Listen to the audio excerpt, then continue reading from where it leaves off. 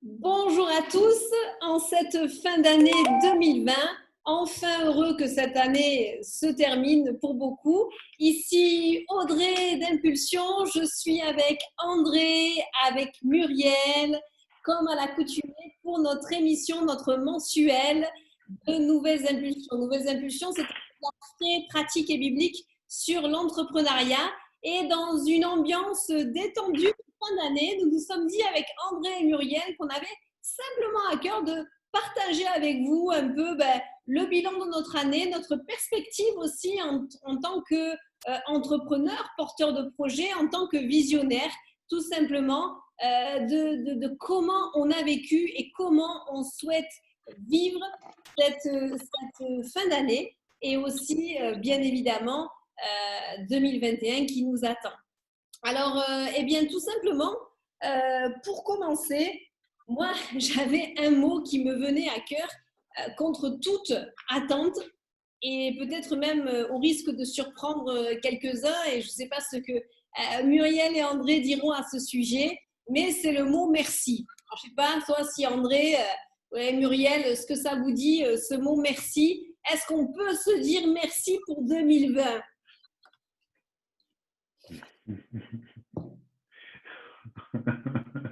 Humainement, j'aurais envie de dire merci à qui et merci pourquoi en 2020. Humainement.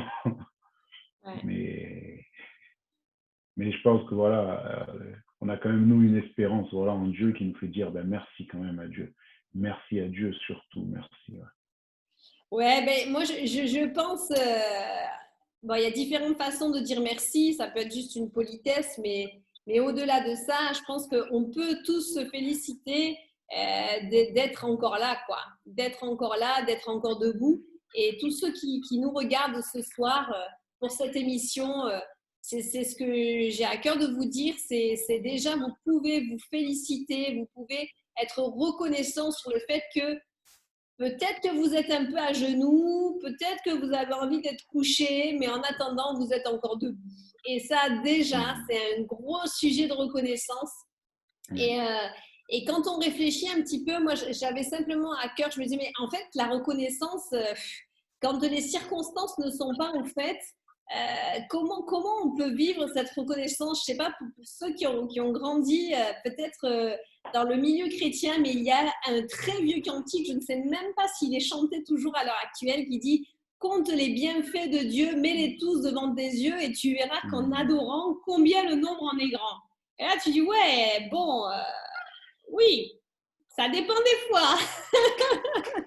Mais quand on regarde un peu plus, dire merci, c'est avoir de la gratitude. Et en fait, les deux pensées qui me viennent par rapport, si je vois dans 2020, je peux me dire, ben, en fait, il y a deux raisons pour lesquelles je peux avoir de la gratitude. C'est d'une part que Dieu est Dieu et qu'il est fidèle et qu'il prend soin de moi et que cette stabilité, cette vérité ne change pas dans ma vie, quel que soit ce qui peut se passer autour de moi et que je pense que c'est le cas pour nous tous. Nous sommes entourés. Nous avons une famille, des amis, des proches, un voisinage, peu importe, mais nous n'avons pas traversé 2020 seuls. Et ça, c'est quand même assez surprenant parce qu'on peut dire que 2020 est l'année, par grande surprise, de l'isolation sociale, de l'isolement, de la fameuse distanciation.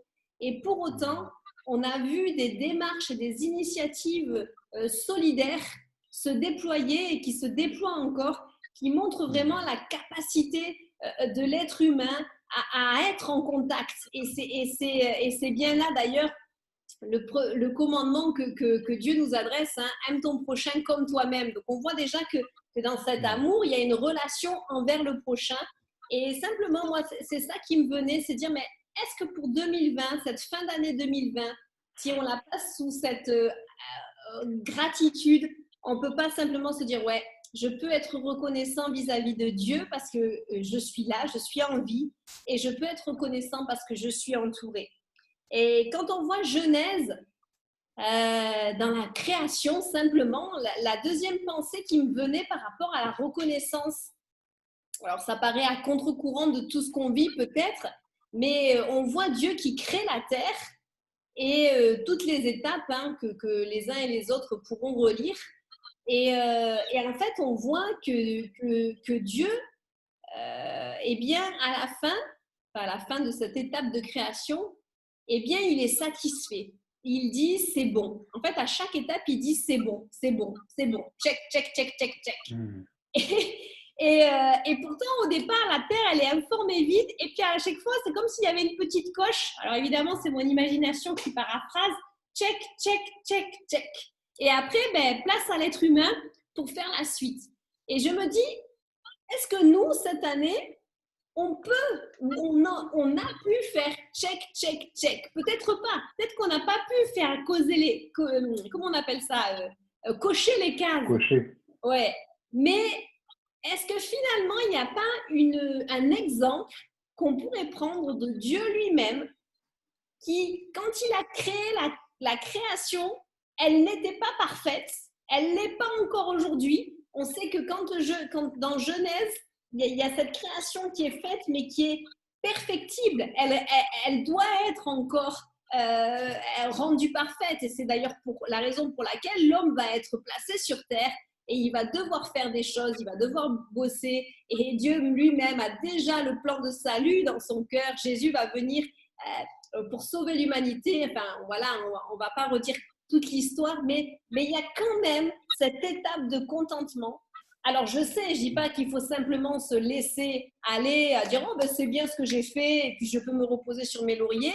Mais peut-être, il y a quand même le fait d'être encore là, le fait d'être encore en vie, de dire « Ok, je peux faire une pause, je peux marquer ce temps d'arrêt, de repos pour me recentrer et dire « Ok, je peux quand même avoir ce contentement de dire « Je l'ai traversé ».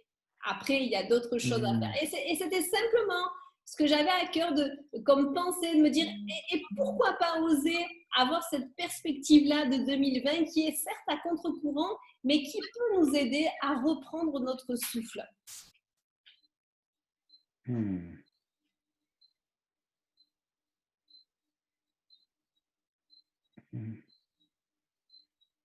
Alors, je ne sais pas ce que vous en pensez. Ouais. Moi, j'ai une petite question à te poser, Audrey. Tu nous as parlé de contentement, hein. Et c'est vrai que Paul, dans ses écrits, à un certain moment aussi, dit qu'il a appris à se contenter des choses. Et je voulais savoir comment tu penses que l'on puisse concilier le contentement dont tu viens de parler et Paul qui ailleurs nous dit je ne pense pas encore avoir saisi la chose, mais je cours après le but en fait. En gros, il n'était pas forcément content de là où il était, il voulait saisir la chose, il courait après cette chose-là. Comment tu concilies ces deux choses? Le contentement et courir après. Ouais, c'est une super bonne question, mais j'ai remarqué, je vais y répondre d'une façon, je vais y revenir sur ce que Paul dit, mais en tout cas, dans ma propre vie, ce que je remarque, c'est que si je ne marque pas ces temps de reconnaissance et de constat, eh bien, de constat de ce qui se passe, je vais être, et je l'ai été, dans une frustration que les choses n'avancent pas assez vite. Et c'est une réalité. Si on peut bien regarder à 2020, on peut se dire que les choses n'ont pas avancé comme on voulait, ou ne se sont pas passées, ou ne se passent même pas encore. Pour être honnête, on ne sait même pas comment 2021 va évoluer. Mais si nous ne faisons pas cet effort à la fois intellectuel, mais au-delà, je crois, spirituel, parce que nous sommes d'abord esprit, âme et corps. Donc, ce n'est pas l'âme qui doit diriger, mais c'est mon esprit. Je soumets mon esprit à son Saint-Esprit qui dirige ma vie. Eh bien, je vais forcément vivre une charge mentale. Et j'ai besoin d'être libérée de cette charge mentale. Et la seule façon, c'est de me placer sous la grâce de Dieu. Et pour reprendre ta question sur Paul, quelque chose que j'admire énormément chez Paul quand on lit ses lettres, c'est qu'on voit cet homme plein d'aventures et de mésaventures, plein de rencontres et d'emprisonnements. Mais à chaque fois qu'il fait des salutations, à chaque fois qu'il raconte ses péripéties, il va souvent dire « Mes grâces soient rendues ». Mes grâces soient rendues. Et on voit que Paul lui-même vit à la fois dans effectivement cette perspective qu'il a un objectif à atteindre, qu'il court vers le but, mais il vit pleinement le présent et il accepte aussi et il est reconnaissant à la fois vis-à-vis de Dieu, ce que je disais, et à la fois vis-à-vis des rencontres et des compagnons de route que Dieu met au fur et à mesure. Donc ça, c'est vraiment pour moi, je crois, une garantie. Je pense que si le Seigneur lui-même, qui n'en a pas besoin, soyons honnêtes, nous a montré ce modèle dans Genèse, d'avoir des étapes et d'avoir des jalons aussi de satisfaction, c'était certainement pour poser le cadre pour nous préserver nous-mêmes, me semble-t-il, par rapport à ce que nous devions faire. Et je pense notamment, je viens de le citer, mais à cette idée de charge mentale qui je crois, pèse sur beaucoup en cette fin d'année. Et pour finir sur la question, j'aimerais simplement lire le verset qui, pour moi, est très intéressant pour compléter cette question. C'est dans Hébreux, chapitre 6, à partir du verset, pardon, il faut que je le retrouve, du verset 10. Car Dieu n'est pas injuste au point d'oublier l'activité que vous avez déployée par amour pour lui dans les services que vous avez rendus et que vous rendez encore à ceux qui lui appartiennent. Verset 11. Mais nous désirons que chacun de vous fasse preuve du même zèle pour amener votre espérance à son plein épanouissement jusqu'à la fin. Ainsi, verset 12, vous ne vous relâcherez pas, mais vous imiterez ceux qui, par la foi et leur attente patiente, donc là on voit vraiment qu'il y a les deux, reçoivent l'héritage promis. Voilà. Merci Audrey pour ce partage-là. Moi, ça m'a fait penser à un reportage que j'avais vu qui était super intéressant, un reportage que des scientifiques américains avaient fait. En fait, le fait de dire merci, finalement, c'est quelque chose de positif, c'est une parole positive. Et ces chercheurs avaient fait l'expérience, mais je pense qu'il y a plusieurs personnes qui l'ont reproduit, de dire quelque chose de positif à de l'eau pendant, je crois, c'était sur 1 mois. Et on voyait que la structure de l'eau changeait. Et on voyait la structure de l'eau qui était très jolie. Et puis, dans un autre récipient, il y avait de l'eau à laquelle on disait des paroles négatives pendant 1 mois également. Et en fait, on constatait que la structure de l'eau devenait très bizarre. C'était, l'eau changeait, se modifiait, et ce n'était pas du tout le même résultat. Ils ont fait la même chose sur du riz. On voyait un riz à qui on disait des paroles positives chaque jour pendant 1 mois, qui sentait bon, et puis le riz à qui on donnait des paroles négatives pendant 1 mois tournait, devenait, pourrissait, changeait de couleur, il y avait des couleurs très sombres, etc. etc. Et c'était très intéressant. Ils ont fait ça, ils ont fait l'expérience sur plein de choses, et ils disaient qu'en fait la parole avait un pouvoir, et la parole avait donc déjà c'est une onde. Finalement, c'est une onde. Et ça m'a fait penser à ça, que de notre bouche, on peut donner la vie, mais on peut aussi apporter la mort. Et en fait, le Seigneur nous dit de choisir soit la mort, soit la vie. Et je pense que la gratitude, c'est aussi un outil de choisir les choses positives et de choisir la vie. Et comme on sait que Christ nous apporte la vie en abondance, c'est aussi une clé pour rentrer dans cette abondance, la reconnaissance, de dire merci, de dire quelque chose de positif qui peut créer, qui peut donner lieu, et transformer un environnement et donner quelque chose de positif, même si on est dans des circonstances qui ne sont pas forcément favorables. Mais je pense que l'angle par lequel on va considérer une circonstance peut changer les choses. Et si on choisit un angle positif, si on choisit, sans être naïf, sans non plus faire abstraction des faits, mais on choisit d'avoir un cœur positif, de se projeter dans l'avenir avec un regard positif, c'est aussi une clé pour avancer. pour être encouragé, pour rester motivé et garder la vision qu'on avait dans le départ. Je pense que pour les chefs d'entreprise, pour les porteurs de projets, c'est indispensable d'avoir un mental et un mental positif qui permet d'atteindre des objectifs, même si les circonstances sont négatives. Donc oui, je pense que la gratitude est indispensable dans nos vies. Et c'est vrai que c'est quelque chose parfois on pourrait être amené à oublier ou à négliger. Je pense que c'est très bien de nous rappeler la nécessité de la gratitude et de la reconnaissance. Surtout qu'effectivement, ça peut être un exercice parfois complexe au vu des circonstances. Et pourtant, ton exemple est très intéressant puisqu'on peut le vivre nous-mêmes. Mais quand on commence à parler sur sa vie d'une façon positive, et bien d'un seul coup, on a une autre perception des choses. Et enfin, une autre perception, c'est toujours la même réalité pourtant. Mais d'un seul coup, intérieurement et émotionnellement, on va se sentir mieux, quoi. Et du coup, plus de force pour la suite. Tout à fait. Je pense aussi à un personnage biblique qui, lui, a rencontré énormément d'épreuves et qui a fait preuve d'une certaine résilience dans sa vie. Et c'est Joseph. Et j'avais envie un peu de parler de Joseph et de son parcours de vie qui est atypique, mais qui est très inspirant, surtout dans les circonstances actuelles, dans cette conjoncture économique qui est un peu compliquée et sanitaire aussi. Et en fait, ce que j'avais envie de partager avec vous et d'échanger, c'était justement de voir ces épreuves que Joseph a rencontrées, des épreuves les unes plus difficiles que les autres.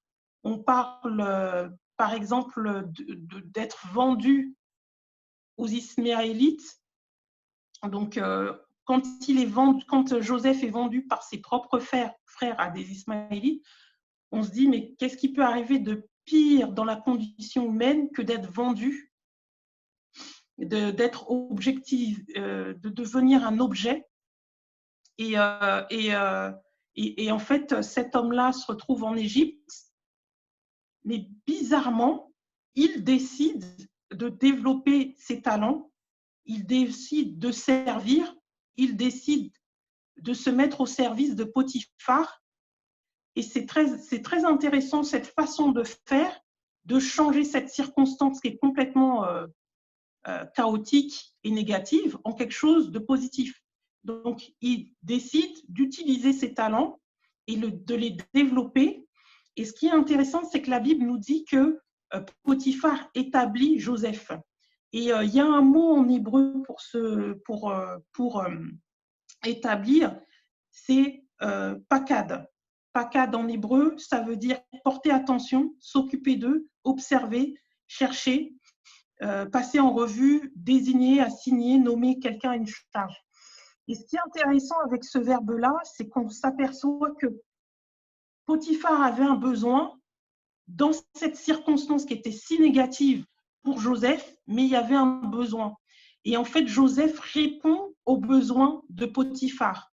Et c'est quelque chose que j'aimerais me porter à votre attention. Peut-être qu'en ce moment, vous passez par une situation qui est très compliquée, qui est difficile, où on ne voit pas forcément d'issue, mais vous restez la même personne avec les mêmes possibilités, avec le même talent, mais il y a une sortie de secours et il y a moyen de développer vos talents.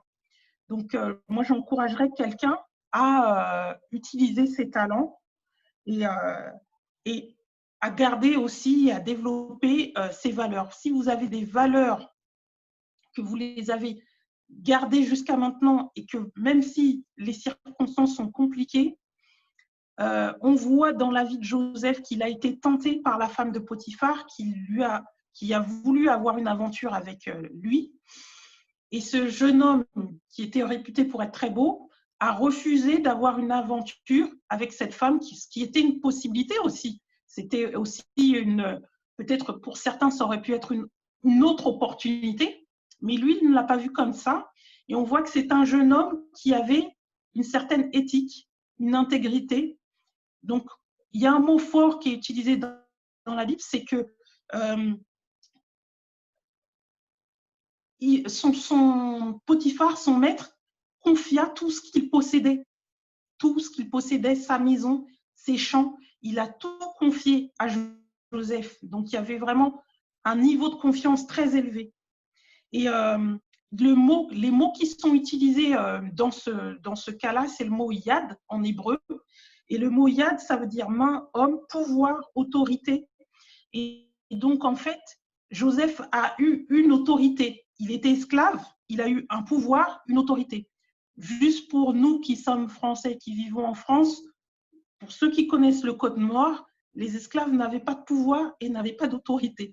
Donc, vous imaginez que cet homme-là qui était esclave, dans sa circonstance qui était tellement catastrophique, il a eu une autorité, un pouvoir, il a développé ses compétences.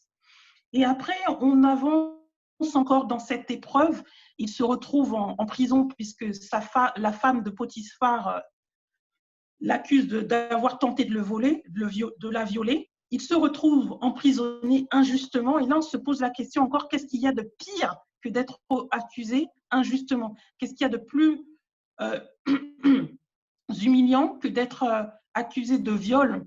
Enfin, toutes ces choses-là. Et bien, malgré cela, cet homme-là, bizarrement, il développe encore d'autres compétences, des compétences de gestion de cette prison.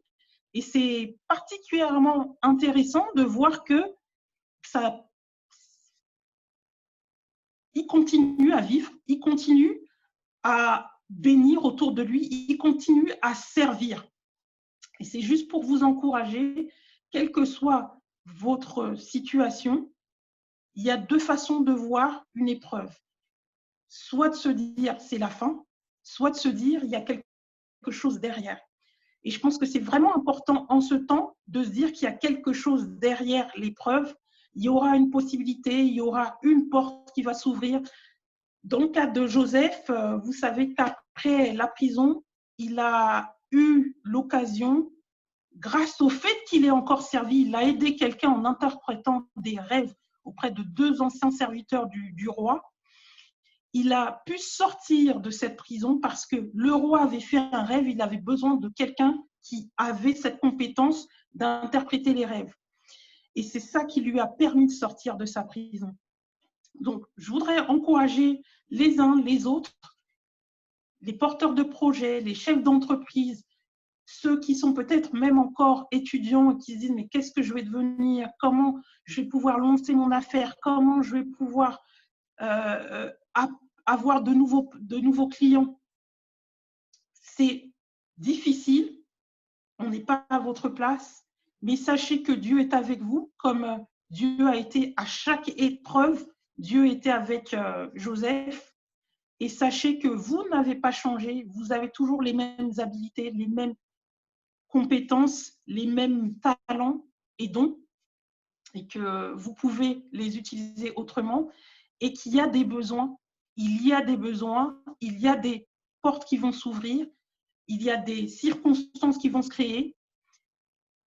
N'hésitez pas à proposer de choses nouvelles, peut-être des choses que vous n'avez jamais faites, mais tentez. C'est les moments de tenter dans ces temps d'épreuve.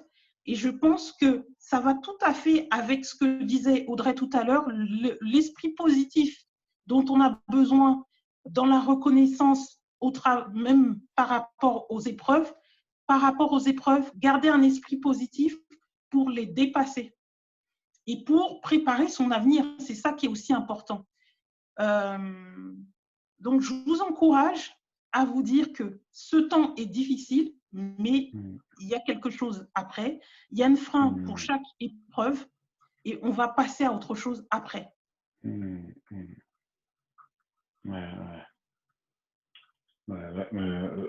Vraiment, ouais, super, super. Merci Audrey, merci Muriel pour ce partage. Ouais, en tout cas, moi, ça m'a beaucoup parlé. Merci.